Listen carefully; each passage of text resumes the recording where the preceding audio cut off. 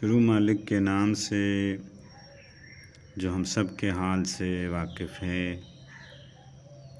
تمام سننے اور دیکھنے والوں کو سلام۔ آپ جانتے ہیں کہ سورہ بقرہ کی 78 آیات ترجمے کے ساتھ تلاوت کرنے کا شرف حاصل کر چکے ہیں۔ آگے کی آیات کی تلاوت کرتے ہیں۔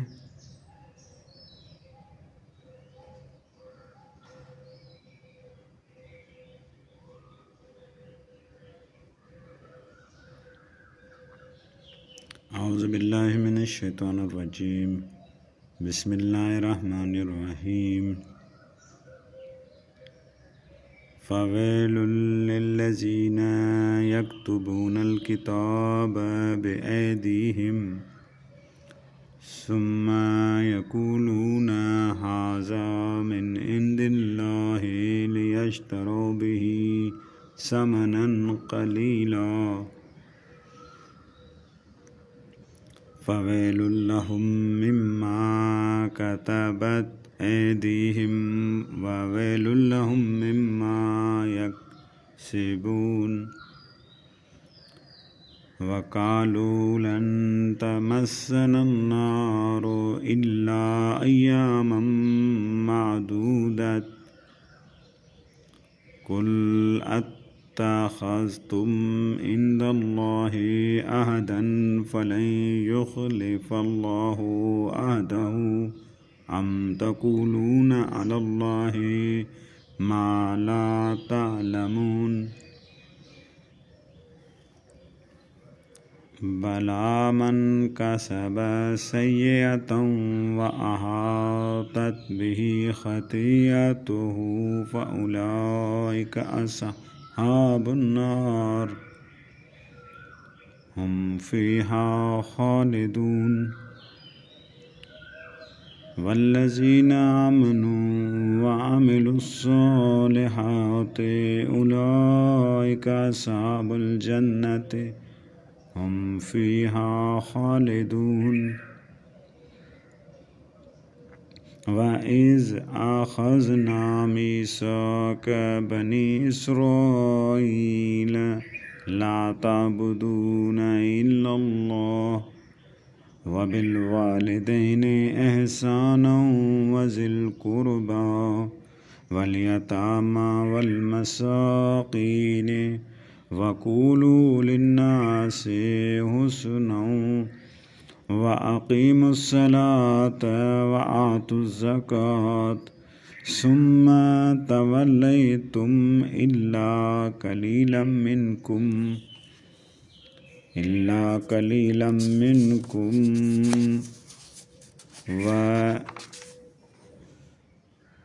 وَأَنْتُمْ مُعْرِضُونَ وَإِذْ أَخَذْنَا مِيثَاقَكُمْ لَا تَسْفِكُونَ دِمَاءَكُمْ وَلَا تُخْرِجُونَ أَنفُسَكُمْ مِنْ دِيَارِكُمْ ثُمَّ أَقْرَرْتُمْ وَأَنْتُمْ تَشْهَدُونَ ثُمَّ أَنْتُمْ هَؤُلَاءِ تقتلون أنفسكم وتخرجون فريقا منكم من ديارهم تظاهرون عليهم بالإثم والعدوان وأن يأتوكم أسارى تفادوهم وهو محرم عليكم إخراجهم أفتؤمنون ببعض الكتاب وتكفرون ببعض فما جزاء من يفعل ذلك منكم إلا خزي في الحياة الدنيا ويوم القيامة يردون إلى أشد العذاب وما الله بغافل عما تعملون أولئك أولئك الذين اشتروا الحياة الدنيا بالآخرة فلا يخفف عنهم العذاب ولا هم ينصرون صدق اللہ العظیم۔ عربی میں تلاوت کا شرف حاصل کرنے کے بعد اب ہم ترجمے کی طرف چلتے ہیں۔ ناظرین و سامعین، آپ جانتے ہیں قرآن عربی زبان میں نازل ہوا ہے۔ ہماری ایشیا کے لوگوں کی زبان عربی نہیں ہے۔ جو عربی سیکھ چکے ہیں وہ قرآن پاک کو سمجھ سکتے ہیں کہ اس میں کون سے راز ہیں۔ ہم جیسے لوگوں کے لیے ترجمہ سننا ضروری ہے تاکہ ہم سمجھ سکیں قرآن میں کن کن باتوں کا ذکر ہے۔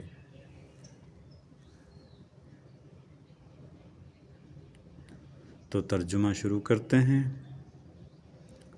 بس ہلاکت ہے ان لوگوں کے لیے جو توریت کے نام سے ایک کتاب اپنے ہاتھوں سے لکھتے ہیں، پھر دعویٰ کرتے ہیں کہ یہ اللہ کی جانب سے ہے تاکہ اس کے ذریعے ایک ناچیز معاوضہ حاصل کریں۔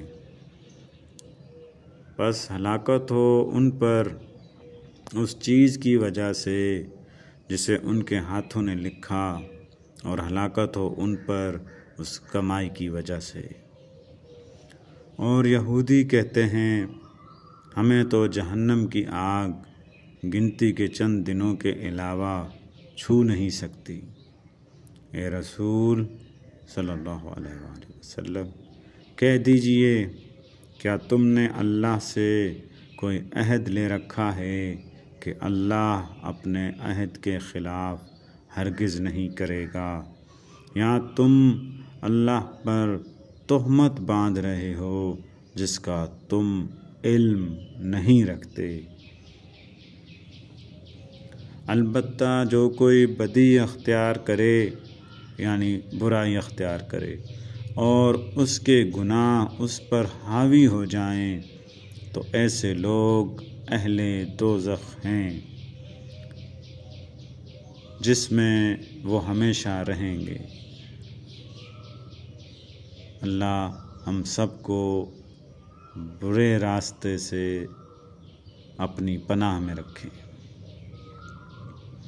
اور جو ایمان لائے اور اچھے اعمال بجا لائے یہ لوگ اہل جنت ہیں جس میں وہ ہمیشہ رہیں گے۔ اور جب ہم نے بنی اسرائیل سے عہد لیا اور کہا کہ اللہ کے سوا کسی کی عبادت نہ کرو اور اپنے والدین، قریب ترین رشتہ داروں، یتیموں اور مسکینوں پر احسان کرو اور لوگوں سے حسن گفتار سے پیش آؤ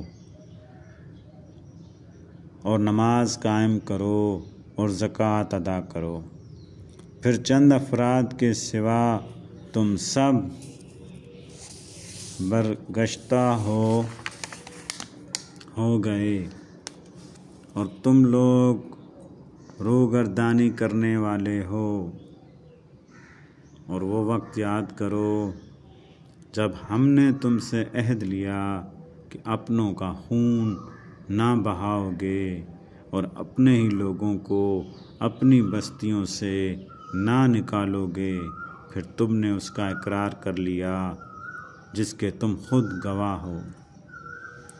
پھر تم ہی وہ لوگ ہو جو اپنے افراد کو قتل کرتے ہو اور اپنوں میں سے ایک گروہ کو ان کی بستیوں سے نکالتے ہو، پھر گناہ اور ظلم کر کے ان کے دشمنوں کی مدد کرتے ہو، اور اگر وہ قید ہو کر تمہارے پاس آتے ہیں تو تم فدیہ دے کر انہیں چھڑا لیتے ہو، حالانکہ انہیں نکالنا ہی تمہارے لیے سرے سے حرام تھا۔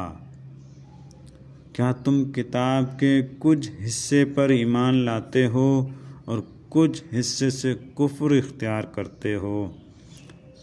بس تم میں سے جو ایسا کرے دنیاوی زندگی میں اس کی سزا رسوائی کے سوا اور کیا ہو سکتی ہے، اور آخرت میں ایسے لوگ سخت ترین عذاب کی طرف لوٹائے جائیں گے، اور اللہ تمہارے اعمال سے بے خبر نہیں ہے۔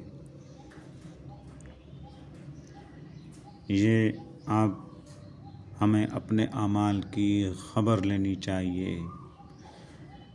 یہی وہ لوگ ہیں جنہوں نے آخرت کے بدلے میں دنیاوی زندگی خرید لی ہے، پس ان کے عذاب میں کوئی تخفیف نہ ہوگی اور نہ ہی ان کی مدد کی جائے گی۔ مالک ہمیں ان لوگوں میں سے نہ شمار فرما۔ اللہم صلی علی محمد وعلی